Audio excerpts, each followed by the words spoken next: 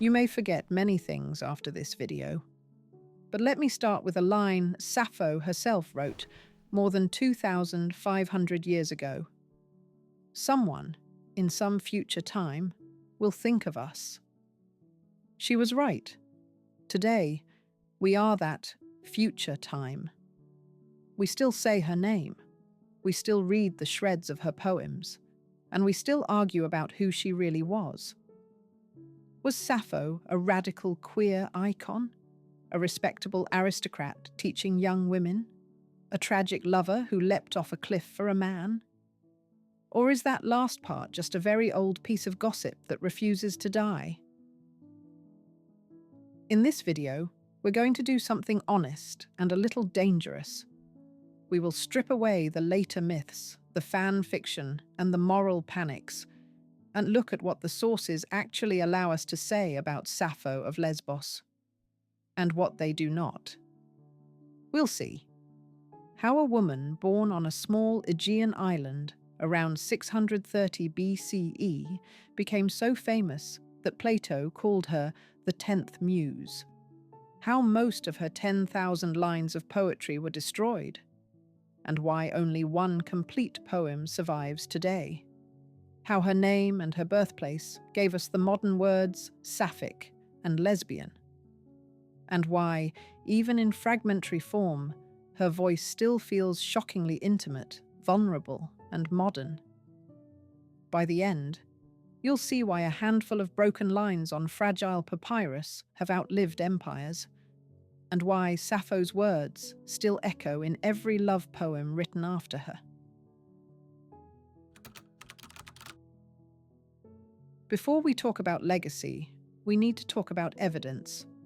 When it comes to Sappho's life, historians are working with a broken mirror, shards, not a full reflection. Most ancient biographical details about her come from brief mentions in later authors, a Byzantine encyclopedia called the Suda, and inferences drawn from her own surviving fragments. We have to be very clear.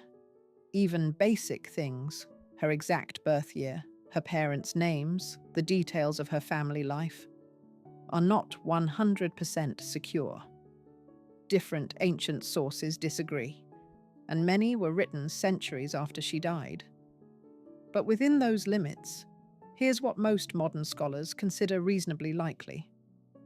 Sappho lived sometime around 630 to 570 BCE on the island of Lesbos, in the city of Mytilene, or nearby Eresos, in the eastern Aegean Sea. She belonged to a well-off, probably aristocratic family, which gave her access to education, music, and the world of elite politics and culture. Ancient sources say she had brothers, Charaxos, Larikos, and possibly a third named Eurygaios. Intriguingly, an early 21st century papyrus discovery, the so-called Brothers poem, seems to confirm at least two of those names in Sappho's own voice. There are also references to a daughter named Cleis, or Kleis, in two fragments. Whether this Cleis was literally her biological daughter or a beloved younger girl in her circle is debated. But the name appears in our earliest poetic evidence, not just later gossip. We have suggestive evidence that Sappho experienced political turmoil. Some ancient testimonies say she was exiled to the island of Sicily, possibly around 600 BCE, during factional struggles on Lesbos. There may even have been a statue of her at Syracuse in Sicily in antiquity, which fits this tradition. Already you can feel the problem. For every fact, there's a shadow. We can say likely, probably, our best evidence suggests, but we cannot claim a neat, cinematic biography. And in this video, we won't pretend otherwise. So what kind of world produced Sappho? Around the 7th and 6th centuries BCE, Greek culture was shifting from the world of epic, vast stories of war and heroes, like Homer's Iliad and Odyssey, to something more intimate, lyric poetry. Epic poetry told of armies and gods. Lyric poetry was sung to the lyre, often in smaller settings, banquets, festivals, religious rituals. It spoke in the first person about personal feeling, private relationships, and the emotions of individuals. Sappho is one of the earliest and greatest voices of this lyric revolution. Ancient critics considered her the equal of the major male poets. Plato famously wrote that while people said there were 9 muses, in truth there were 10, and Sappho of Lesbos was the 10th. Her poetry was composed in the Aeolic dialect, which later copyists found harder to work with than standard Attic Greek.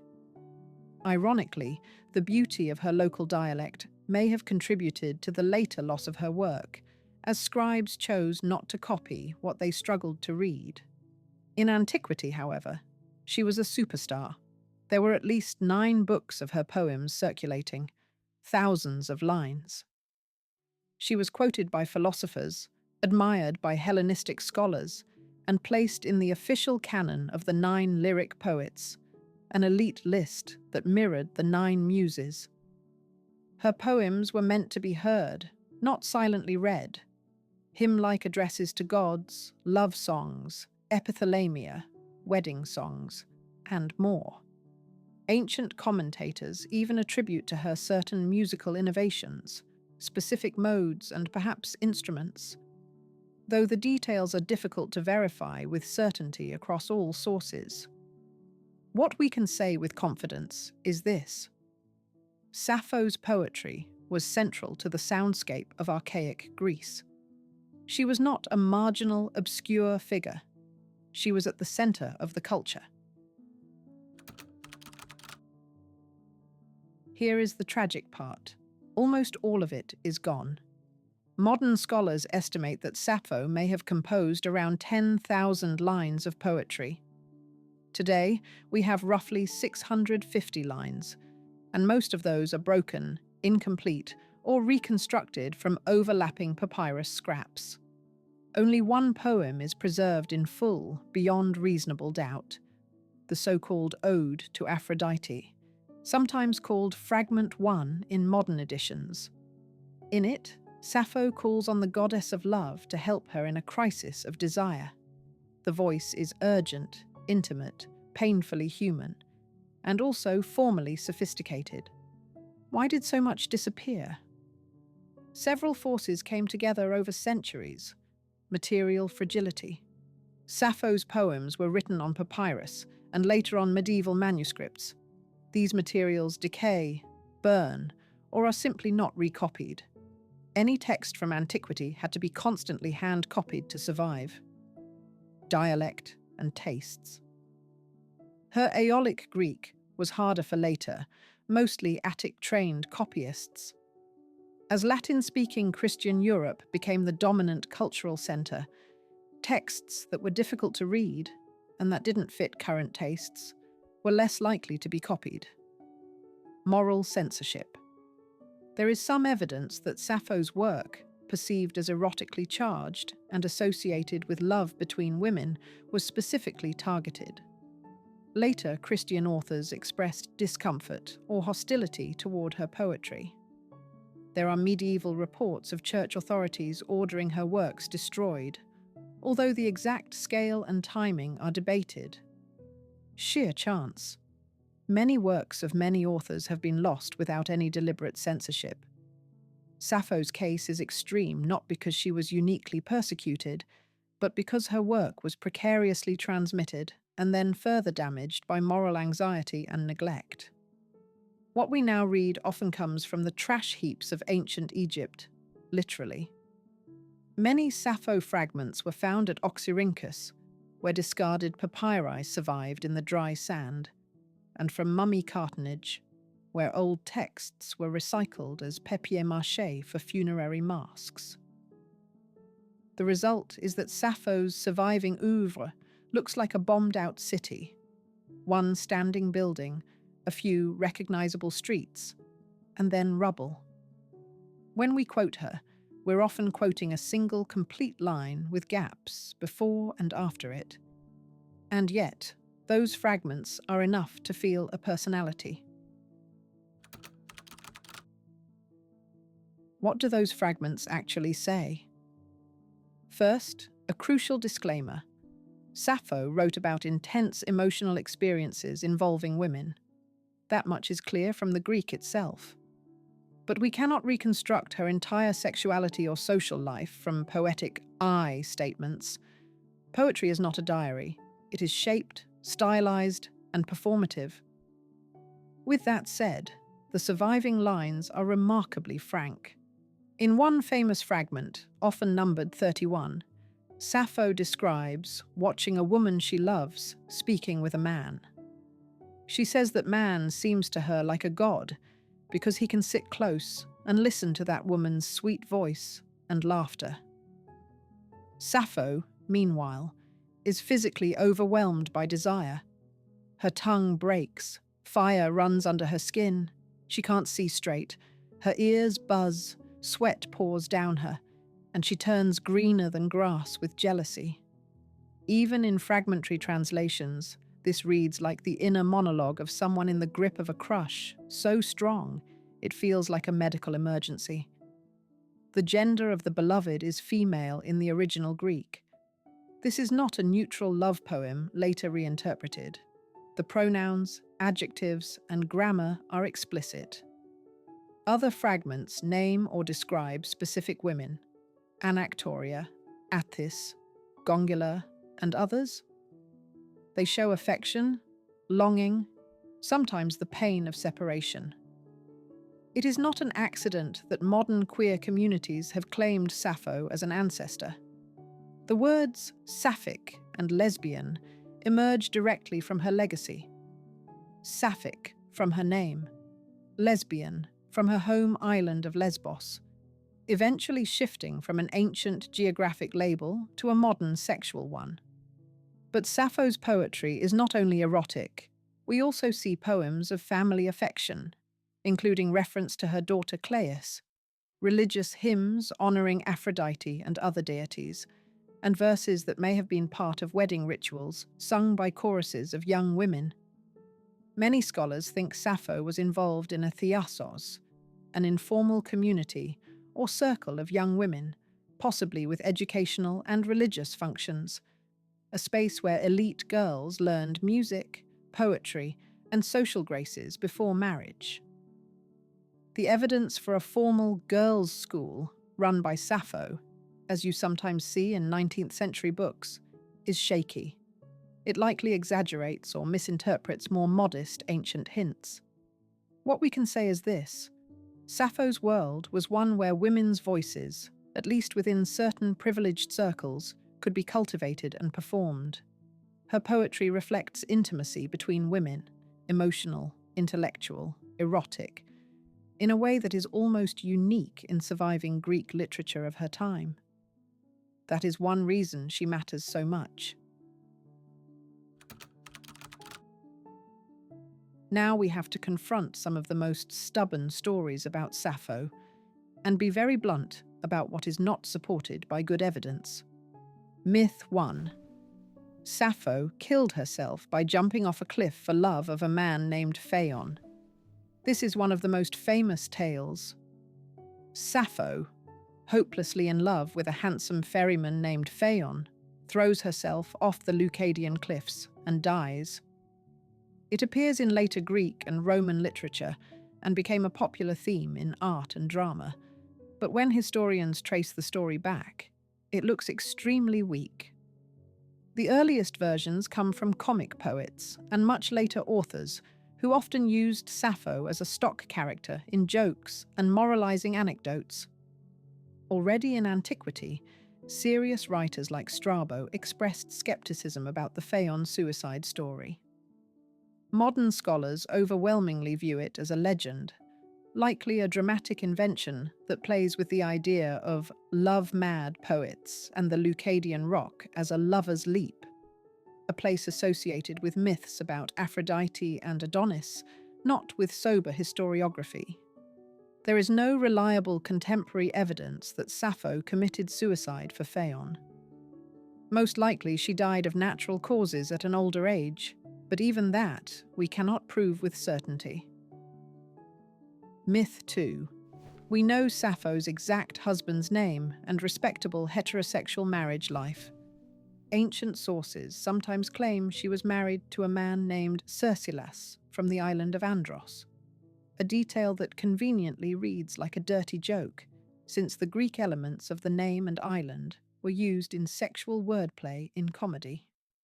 Many modern scholars interpret this husband as a late comic invention, not a trustworthy biographical fact.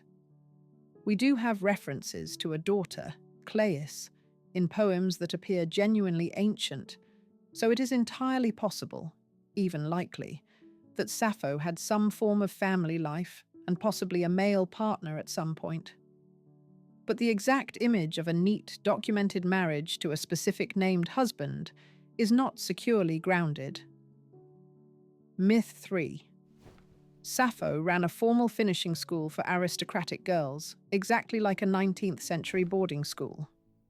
As mentioned earlier, some sources and interpretations from the 19th century projected their own ideas of female education onto Sappho. They imagined her as a kind of headmistress of a school for girls. Modern scholarship is more cautious. There is decent evidence for a women's circle, a thiasos, but not for a structured institution in the modern sense. The school model is largely speculative. In this video, we won't present any of these legends as fact. Where something is uncertain, I'll say so. Where something is likely a later fabrication or a joke gone viral over centuries, I'll say that too. This is important, especially for historical content on YouTube. Trust is everything. If we turn Sappho into a fictional character, we actually erase the real, already extraordinary woman who wrote those surviving lines.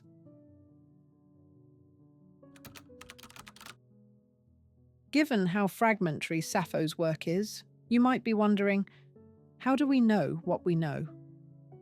The answer is a mix of archaeology, philology, and slow, patient detective work. Ancient quotations. Later authors, grammarians, philosophers, anthologists, sometimes quoted lines of Sappho to illustrate a word, a meter, or a striking image. These quotations were copied into medieval manuscripts that survived. Papyri. Starting in the late 19th and 20th centuries, papyrus fragments of Sappho's poems were unearthed in Egypt, especially at Oxyrhynchus. These scraps were parts of ancient book rolls or reused material in mummy cartonnage. Scholars painstakingly piece together these fragments, compare handwriting and layout, and match them to known quotations where possible. Modern editions. Based on all available evidence, editors produce critical editions, collections of all surviving Sappho fragments with apparatus criticus, notes, and translations.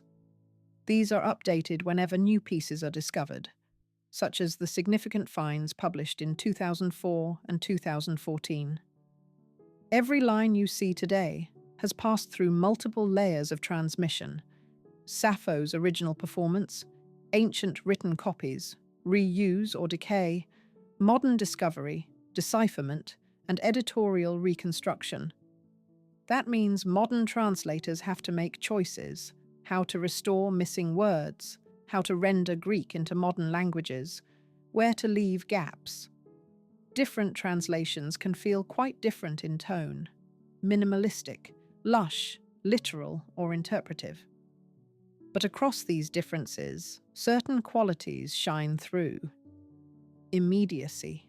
Sappho speaks in the first person, often directly to you, whether that you is a lover, a goddess, or a friend. Concrete imagery.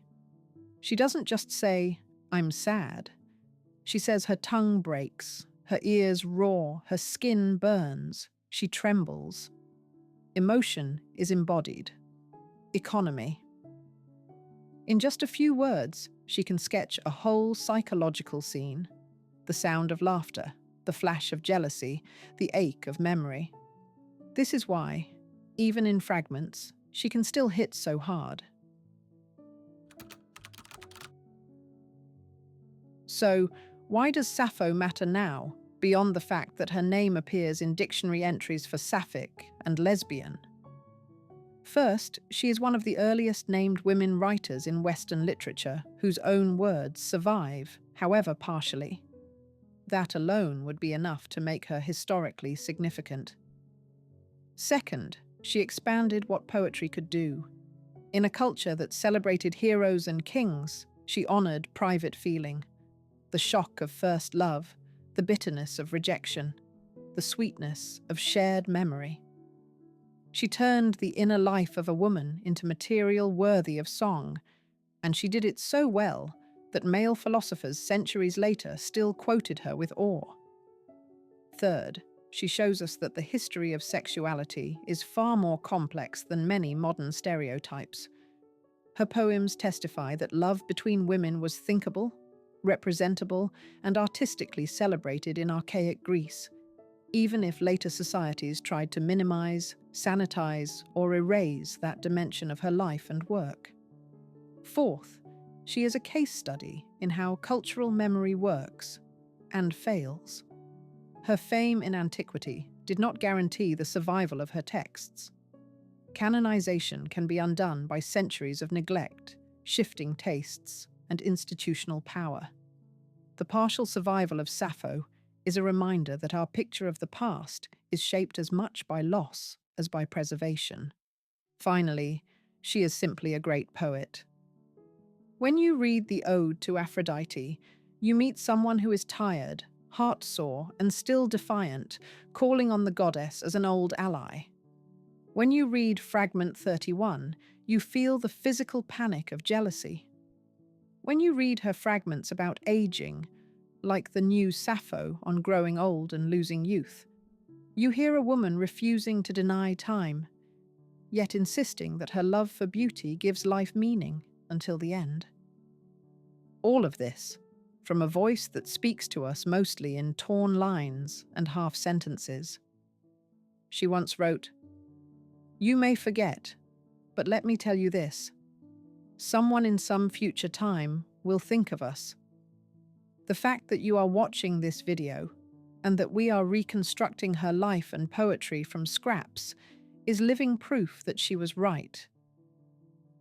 If this glimpse into Sappho's world made you curious, here's what you can do next. Read different translations of Sappho's fragments to feel how varied her voice can seem across languages. Look up the Ode to Aphrodite in full and read it slowly, out loud if you can. Explore how later writers, from Plato to modern queer poets, have responded to her across the centuries.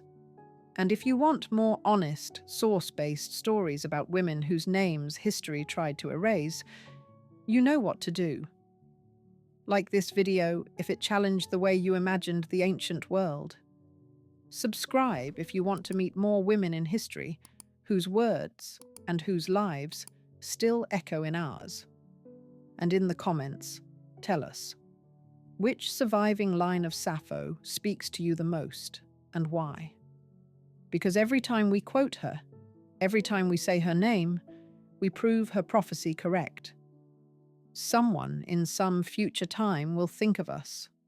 Today, that someone is you.